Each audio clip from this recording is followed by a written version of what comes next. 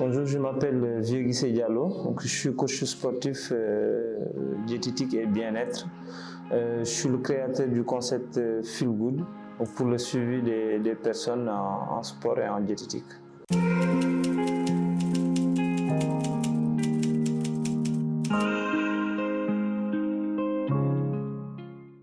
Effectivement, c'est un peu culturel. Donc, si ñu dëkk bi dañ ko tàmm mais du Ramadan moo war a tax nit ñi di ñëwaat si sport bi tout mais bon tant que ça permet quand même que nit ñi ñëw di def sport on va dire c'est une bonne excuse quoi.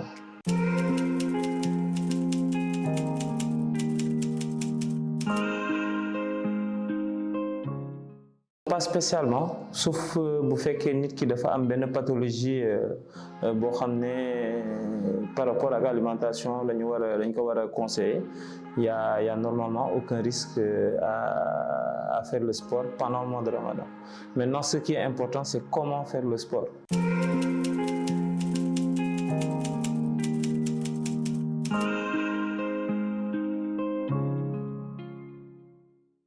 Culturellement on voit vraiment ñu bëri après ndogu la ñuy dem sport mais en réalité c'est ce qu'il faut surtout éviter quoi parce que il faut s'entraîner avant ndogu.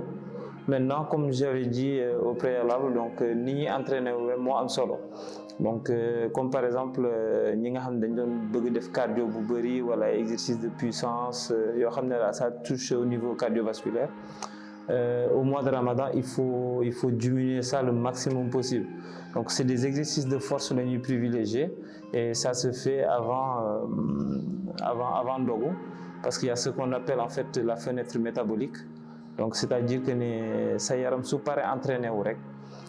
day pare pour assimiler en fait li ngay lekk. Donc, ñi nga xam ne surtout ñi nga xam ne dañ nekk en prise de masse, en fait, c'est important ñu entraîné wu avant lekk. Parce que si la seen yaram en fait di pare pour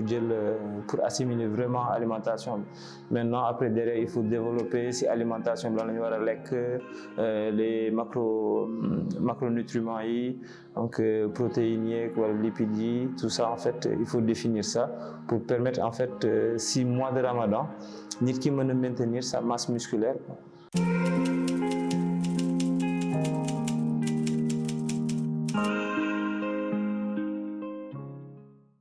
Déjà, il faut une alimentation hyperprotéinée bi nga xam ne da ngay mën a am protéine bu bëri mais surtout en fait s'il faut éviter quelque chose en fait c'est les aliments sucrés mais bon quand je dis sucre souvent c'est les sucres rapides parce que ay ceeb yooyu yëpp tamit sucre la mais c'est du sucre lent donc qui va permettre aussi parce qu'il faut nga mën a am énergie bu doy boo xam ne le lendemain sooy woor en fait di nga mën a supporter woor bi donc bu fekkee dañu jël sucre donc il faut prendre en fait du sucre lent donc éviter les sucres rapides et puis sur les macronutriments protéines yi donc essayer de maximiser en fait les protéines donc suñu wax protéines rek ça revient à dire bon protéines naturelles hein. On parle de viande blanche du poisson du thon viande de poulet et surtout beaucoup de légumes aussi pour les fibres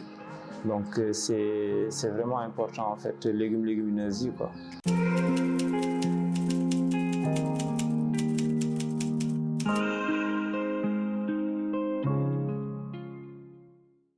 Si mois de Ramadan bi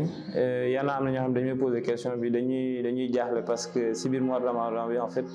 ils prennent du poids en fait c'est pas parce que ñoo ngi woor wala wooruñu en fait la ñuy jël poids wala ñu bañ a jël poids en fait c'est une question de métabolisme donc c'est-à-dire que tey si journée bi en fait il faut faire un calcul pour xam sa métabolisme donc xam nombre de calories yi ngay lekk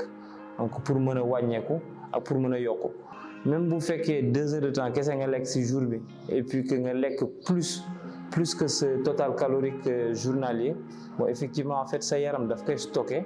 et d'où la prise de masse en fait donc souvent même temps bu ndaw boobu noonu nit ñi dañuy jël ay sucre rapide et tout et sucre rapide yi en fait c'est hyper calorique donc rapidement mën nga dépasser en fait ce total calorique journalier et puis que nga nekk ci weeru koor wala nga ñàkk nekk weeru koor soo dépasser sa total calorique journalier rek sa yaram moom li mu soxla ci énergie lay brûler pour fonctionner ci jour bi lu mu soxlawul da koy jël mu stocké ko en fait ça se passe comme ça donc ñi nga xam ne dañuy dépasser en fait seen total calorique mooy ñooñu noonu en fait ñoom ñooy jël poids ci weeru koor bi.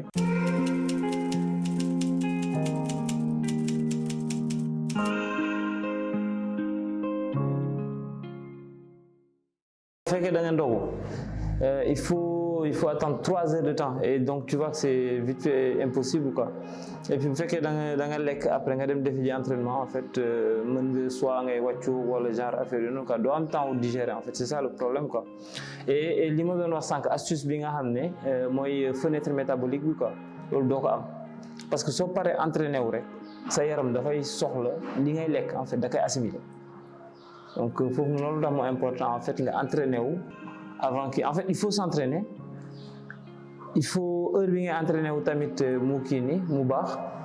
il faut tamit ni ngay entraîné wu baax il faut aussi li ngay lekk tamit derrière c'est un peu compliqué quoi.